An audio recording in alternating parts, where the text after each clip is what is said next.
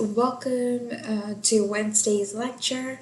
Hopefully, you guys have already completed your unit test, which was assigned to you yesterday. If you have not, I suggest that you go ahead and complete your unit test as soon as possible. It will be on SchoolNet, and the code can be found in Google Classroom. All right, so today we are going to start the second part of this unit, which is geologic time and fossils. But we are going to, excuse me, but we are going to actually focus on fossils. Now, relative dating, which came first? Now let's think that suppose you are a detective and you were trying to investigate a crime scene. Now, if you have watched movies like Sherlock Holmes, you might see that they begin by dusting the scene for fingerprints or searching for witnesses. That's exactly what you would do, right? And as a detective, you would try to figure out the sequence in which certain events took place before you even reach the crime scene. Geologists actually have a similar goal while investigating the Earth. They're trying to figure out exactly what happened and in what sequence it happened before the current time or current period. And they try to determine this with the help of rock, specifically rock layers, and fossils. So relative dating is actually the event or the structure in which geologists actually try to determine whether an object or an event is older or younger than other objects or events. That's it. So it's literally the order in which one thing took place before the other, and vice versa. So it is the method in which geologists or scientists try to determine whether an object or event is older or younger than another object or event.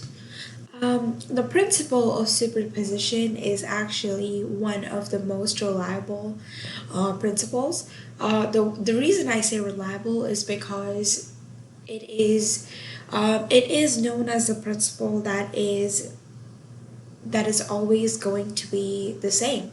For example, let's take an example. Suppose you have an older brother, right, who takes a lot of pictures, or even you who take a lot of pictures and you pile them in a box, and you've been doing this for several years now. And so every time you take new pictures, you keep adding it to the pile of boxes, right? Now, layers of sedimentary rocks are exactly like stacked photographs. Now, you would clearly know that the very first one at the bottom of the box is your oldest picture, and the one at the very top is your youngest picture, right? Your most recent picture. Sedimentary rocks are just like that. As you move from the top to the bottom, the layers get older and older. So the one that's the deepest, or that's as you keep digging down, is probably more old than the one at the very top. So this principle states that the younger rocks lie above older rocks in undisturbed sequences. And now, if you remember, I said that this is very reliable. That is because we must assume that in almost all conditions, this is the principle that takes position. It's always going to be like this. That's what we have to assume. Now, this is a picture of what the principle of superposition tells us. If you look over here, it says this is the youngest layer, and that is because this is the one that's closest to the Earth's surface, and this is the oldest layer. So as you go deeper and deeper, it becomes older and older and older.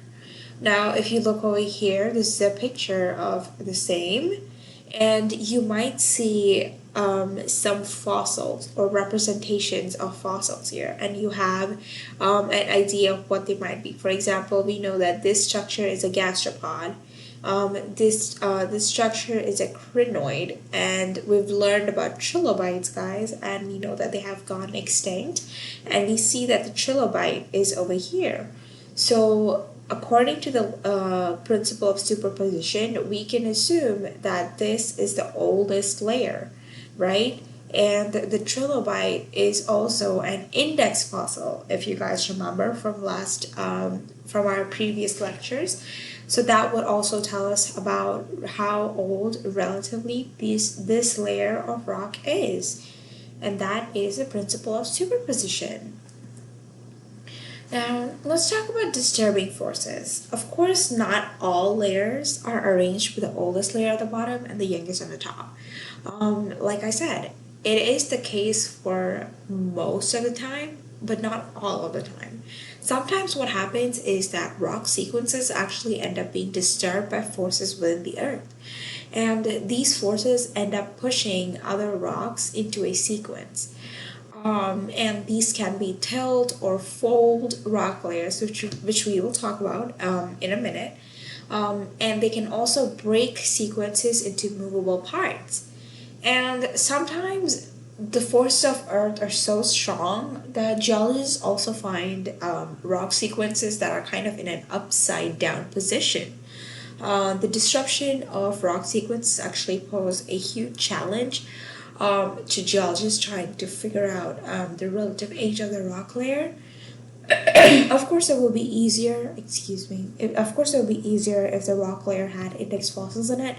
But if they don't have index fossils in it, it will definitely be harder to determine the actual age of the rock, especially if it's upside down and we don't know the actual positioning of the rock or how it was before the disturbing forces took place, right? Um, but this is where geologists use a valuable tool called the geologic column, which we will talk about tomorrow. And this is all we guys are going to learn today. I hope you guys have a great day, and I will see you later. Bye.